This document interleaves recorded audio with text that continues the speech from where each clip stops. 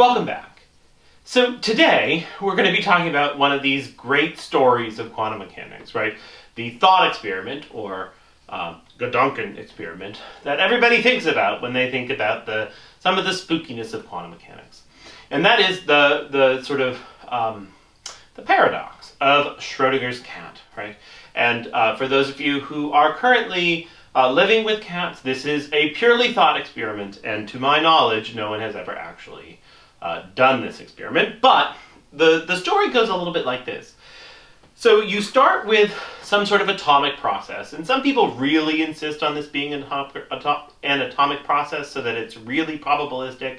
In my opinion, it's not so important that it's an atomic process, but we'll do it that way anyway, okay? So you have some atom, and you don't know if it decays or not. But if it decays, it breaks open a vial of poison, and if that vial of poison gets broken open, then you have a dead cat. If the atom doesn't decay, the vial doesn't get broken, therefore your cat's totally fine, right?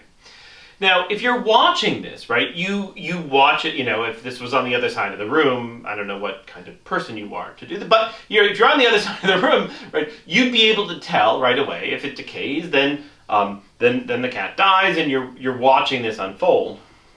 But the thought experiment comes when I take this entire thing and I put it in a box, right?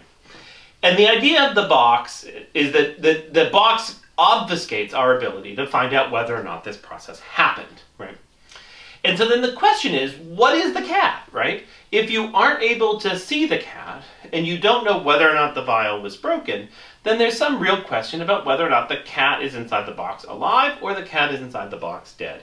Now again, I don't have a cat. Many of you do have cats. I think there might be other ways of finding out whether or not the cat was alive by the sounds it's making, because I think I've seen cats. Anyway, none of this is important. The idea is that there's something that we don't know that's hidden behind some veil, right? And of course, the metaphor here is that if I have some particle or some state or some system, and I haven't yet made the measurement, then I can think about that system as being made up of all of the possible measurements. So if I were to take Schrodinger's cat and put it in the terminology that we've been using in this class, I would say the state of the system is a superposition of the eigenstates of the open the box operator, right? I open the box, I see the cat's alive. I open the box, I see the cat's dead. The operator asks the question, what happens when you open the box?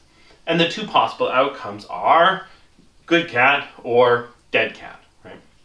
And so before you open the box, you can think about this as a superposition, right? You can think about it as a state where you have a live kitty plus a dead kitty, right?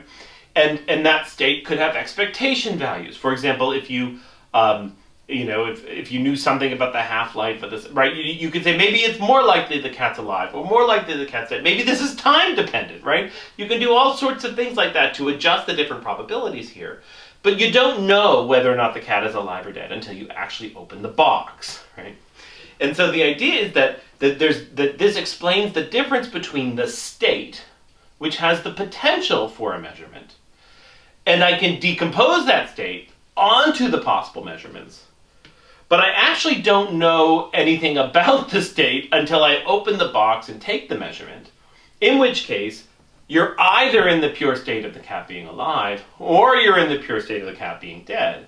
But either way, you've destroyed the information about the state because you've ended up in an eigenstate of that operator. You've ended up in a pure state, right?